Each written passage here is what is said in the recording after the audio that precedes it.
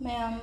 हंदक लाइबा हफ्ता सेगी पेंडुलम अदुगा कार्ड रीडिंग हाइफेटंग येंगमिनरसेको ख्वाई फर्स्ट पेंडुलम डाउजिंग ओइना तोरसेको पेंडुलम डाउजिंग से खनबिरोको पोतो अइना कैनोमा हाइदि जॉब की ओइगेरा नत्रगा अइना कैनोमा थबा अमगी पोट अमा ngaibani खंगदे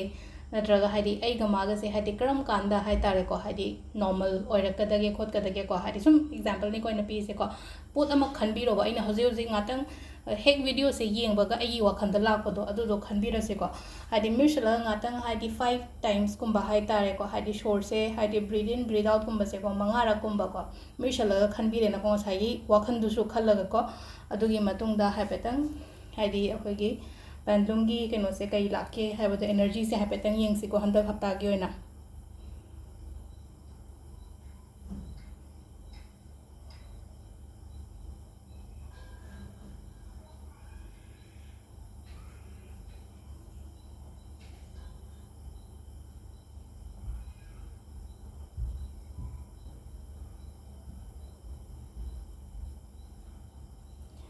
अंत हफ्तागी ओइना हारगदी फ्राइडे अमा लेरेको फ्राइडे अमा लेरे अदुगा ऑगस्ट अमा लेरेको अइना सुम अइना ngaइबा पोट ओइतारगदीको हाइदि फ्राइडे ने अदुगा ऑगस्ट कुंबा सिदाको हाइपेतंग तुमाइना लेरेको सिदा अदो येस और नो की ओइना हारगदी येस और नो से को चेक अगेन है नमुला एको येस और नो से हाइपेतंग अमु येंगमिनरसे को गदंग खनबिरसे हाइदि तौदोरि फक्से ओइनी और ओइरोय हाइबकी अदुगी को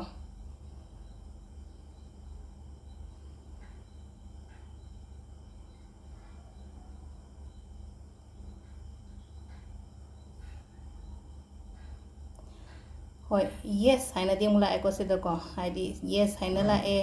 अदुगा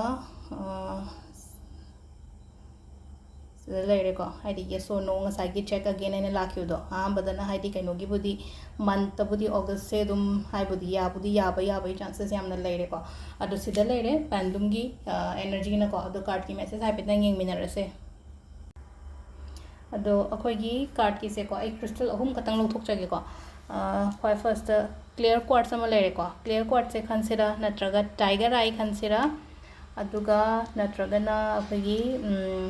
कैनोसे ग्रीन एवेंचुरिन से को ग्रीन एवेंचुरिन से खनसिरा हाइपेतंग येंगमिनरसे को हाइदि नुंग अहुम से को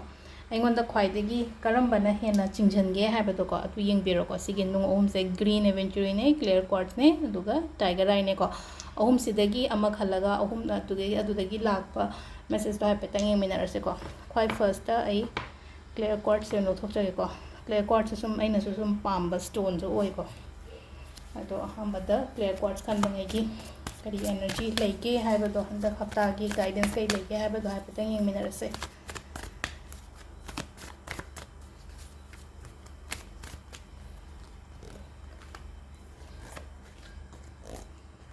सिदा लेरेको अखोगी 3 कार्ड्स है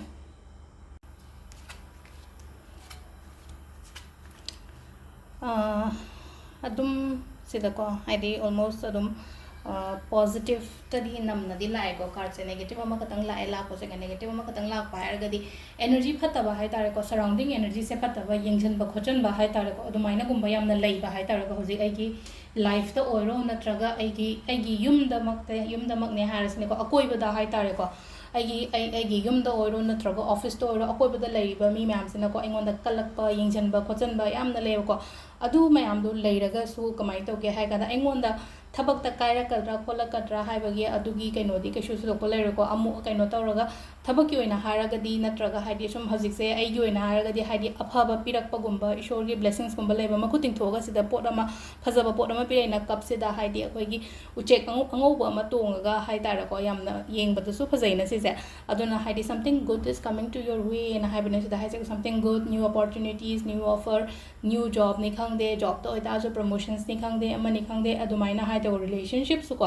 अदुम हाइ तारको हाइदि खरसु फै खरसु फता हाइदुने को रिलेशनशिप की मतंगदसु हाइरगसु को खरसु फै खरसु फता हाइरगदि को सुम ngसाइगी एगी पार्टनर सिना एंगोंदा वा लोटपा खोटपा खितंग अमसु खरसु यावरे को अदुगा अमना अमु कमाइ तवे थबा इंखांग से को हाइदि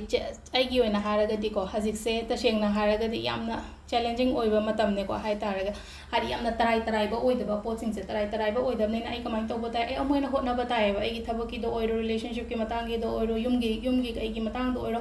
होनब लेपीगनोको हाइदी गिव अप तौगनोबा हाइदी आई मानरोइगे आई तौरोइगे खोलोइगे हाइना खनबीदबा इसागी ओइना हाइतारे थौना फना केनो तौबिबा हाइतारे को आइगी ओइना हाइदे ngसाइगी स्ट्रेंथ विल पावर करेज से हाइदी हनबा अमता यादेको अदु तारगदी हाइदी आइगी थबक इंखांगदा हाइतारे को ngसाइगी अनि फना लागा अमा खतंग फतबनिना अदु हाइदी फतब पोचे हाइदी नमधब याइना अनि मयामना कल्लिबनिना यामना कल्लिबनिना हाइदी पॉजिटिव ओइबा केनोमा लाइबनि एनर्जी अमा लाइबनिना अदु सिदा लेरेको अहामबगी क्लियर क्वार्ट्ज खनबा ngैगी ओइना हाइरगदी को मथंगी से अखोइगी टाइगर आई को टाइगर आई की अमु यमिनरसे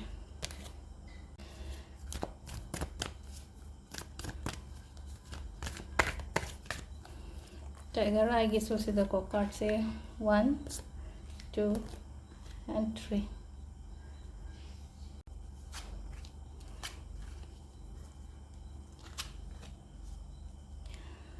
टाइगर आई के से को खय फर्स्ट को हाइदी यारिंगै कॉन्फ्लिक्ट कुंबा कईगुंबा हाइ तारे को खनबा चैनबा से अवॉइड तौबियो हाइदी को खना मी खनबा नता मीना फना होरागा सो मानबी दबा हाइ तारे को हाइदी साइना हाइ तारे को हाइदी वर्क प्लेस कुंबा खतंग नुवाइ तबे याइ को आइगी थबंग मफंग गुंबा ओइरो नत्रगा इमुंग दसु हाइ तारे को मुनुंग को हाइदी कोलुक दसु ngai से नत्रगा इमुंग दसु ngai को कॉन्फ्लिक्ट कुंबा कईगुंबा खरा लई अदुदुना हाइ तारे को अदुगी कॉन्फ्लिक्ट तुदा आई चंगजन बना तबा हाइदा चंगजल रोगा हाइदी खनारुबा केनो तौरो मानरुबा अदु शोंगदा हाइदी मानरोइगे दा काम पोते मोइ सिंसिगा हाइना खंदोगा हाइ तारे मनिंग ओइना हनबिरोबा हाइ तारे को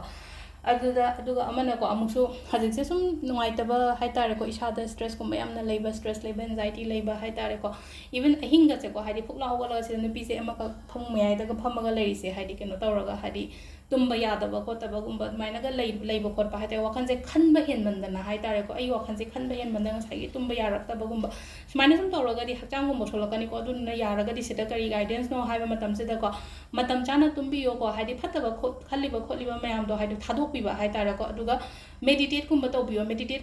चैंटिंग कुंबा तो ओम चैंटिंग एना सोलबो ओम चैंटिंग से हाइ तारे को हाइदी को कुंबा इंगनबा खोनबा गुंबानी को हाइदी ngसाइगी तुम्बा यादा तुमम दाइतगा हाइदी को ओम चैंटिंग सोनबा याइ क्लिम चैंटिंग सोनबा याइ को अदमाइना हाइदी चैन 108 टाइम्स कुंबा सोलगा तुमबा अदु कांदा हाइदी तुमधबा याम फजना दम तुमधगिबा ओइगनेबा को रेस्पॉन्सिबिलिटीज यामेबा अदुदुना सो अनंबनेबा सिदा तौइसे को रेस्पॉन्सिबिलिटीज यामे हारगदी आइगिने हाइबदा कनामता लेतबदो अंख हाइदी इथंदा लोइना होनाजबगी टाइपता म तौबदो इथंदा लोइ होनाबा हाइदी युंगी ओइरो मपानगी ओइरो अमगी ओइरो लोइना म आइना पोलुमजे लोइ पुरगा चटपा हाइतारे को सिदा अदुगा मिंगोंदसु को हेक हाइबसु हंगोइबा हाइतारे को आइगी सिमदा तौबिरो हाइबसु हंगोइबा अदुना यारिङै अमुक सिदा कै हाइगे हाइ कानसिदने हाइबियो हंगबियो तौहल्लो हाइदी आइगी पार्टनर दा हाइरगसु को हाइदी आइना दा तौलेरे खले मंगोंदसु हाइबा नंग सिमा तौसनबिरो हाइदी आइना हाइद्रगदी मादि कमाइना तौरकनी अदुना आइदी हाइबा तल्ले हाइना को हाइदी समटाइम्स अखोइजो हाइनिंग दबसि यावे को हाइदी हाइदसु इथन तौजगेदा हाइबा खलक अमसु लेना को अदु खनगनो अदुदो हाइदी हायोबा आई थंदा वादोइनी ना तौरिसे आइगोंदा वाबा आई तुम्बा यादबा खोतबा अदुमाइ तौबनिना यारिङै कै तौबिबा दाइ हाइदी शेयर तौबिबा दाइ मिंगोन से हाइदी थबक तो येनथोओबा को अदु सिदा लेरे को अखोइगी टाइगर आई के को लास्ट की को ग्रीन एवेंचुरेंस दा गायरे को ग्रीन एवेंचुरेंस जा पेडिंग मिनरसे तो ग्रीन एवेंचुरेंस के को कार्ड से 1 2 and 3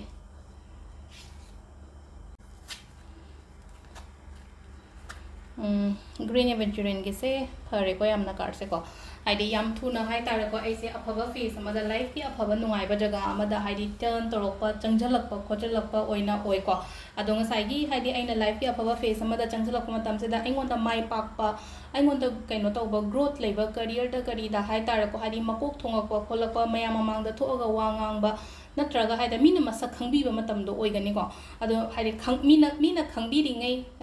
हाइदी कलक पसुदुम लेगनी को अदो कनिंग कलक सनो केम खंदे एंगोंदा केम चंगदे हाबे वाखंदा खनबियो को हाइदी मोइना फना ngangnagera मोइना फना एंगोंदा फतबा कैनो हाइदी मिजेंग येंगगसु एंगोंदा केम चंगो ए एनर्जी यामना ए ऑरा याम सेंगे खोले हाइना अदुमाइना खनबीबा हाइतारे को अदो सिदा हाइति गेउने हाइदी मी अमदा ग्रोथ लाप मतमदा सोइदना अदुम अमा नत्रगा अमना दि हाइदी चिंगधबा खोतबा से अदुम हाइदी हौना साने बसी से अमा ओइगेरा फम अमदा ओइगेरा अमदा ओइगेरा को समना हाइबदा हैनो पाम्बी फजबा म हौरे हैनो पाम्बी फजबा से हैनो दो पालगदी नुंगना थोमा ngसाइदो हैनो दो हेकनबा तौरैना अदो ngसाइ आइंगोंदा सोकपरा कछु सोकतेदना आइदी पुरा फर्म ओइना लेपगा लैना अदुदुना हाइदी आइना फरकपा मतमदा हाइदी ngसाइगी नुंग थोमकदबा मी मयाम अदुम लेगने अदुना केम खनबिगनो अदो सिदा को हाइदी आइना तौगे हाइना खनबा युम कै साबा ओइरो ꯑꯃ ꯑꯣꯏꯔꯣ ꯍꯥꯏꯗꯤ ꯄꯤꯔꯛꯀꯅꯤꯀꯣ ꯇꯨꯡꯗ ꯌꯨꯝ ꯀꯩ ꯁꯥꯕ ꯑꯣꯏꯔꯣ ꯒꯥꯔꯤ ꯂꯩꯒꯦ ꯈꯣꯠꯀꯦ ꯀꯥꯏꯅꯒ ꯍꯥꯏꯗꯤ ꯄꯣꯠ ꯆꯩ ꯃꯥꯟ ꯆꯥꯡ ꯂꯦꯞꯄ ꯈꯣꯠꯄ ꯉꯥꯏ ꯊꯥ 3-4 ꯁꯤꯒꯤ ꯃꯅꯨꯡꯁꯤꯗ ꯍꯥꯏꯇꯥꯔꯦꯀꯣ ꯂꯥꯛꯑꯣ ꯈꯣꯠꯂꯣ ꯍꯥꯏꯕꯒꯤ ꯑꯗꯨꯒꯤ ꯆꯥꯟꯁꯦꯁ ꯌꯥꯝꯅ ꯋꯥꯡꯅ ꯂꯩꯀꯣ ꯑꯗꯣ ꯁꯤꯗ ꯂꯩꯔꯦ ꯑꯩꯈꯣꯏꯒꯤ ꯍꯟꯗꯛꯀꯤ ꯋꯤꯛꯂꯤ ꯀꯥꯔꯠ ꯃꯦꯁꯦꯁꯀ ꯄꯦꯟꯂꯨꯝ ꯍꯥꯎꯁꯤꯡꯒꯀꯣ ꯃꯈꯥ ꯇꯥꯕ ꯚꯤꯗꯤꯑꯣꯁ ꯑꯃꯨꯛ ꯀꯣꯟꯅ ꯌꯦꯡꯃꯤꯟꯅꯁꯦ ꯊꯦꯡꯛ ꯌꯨ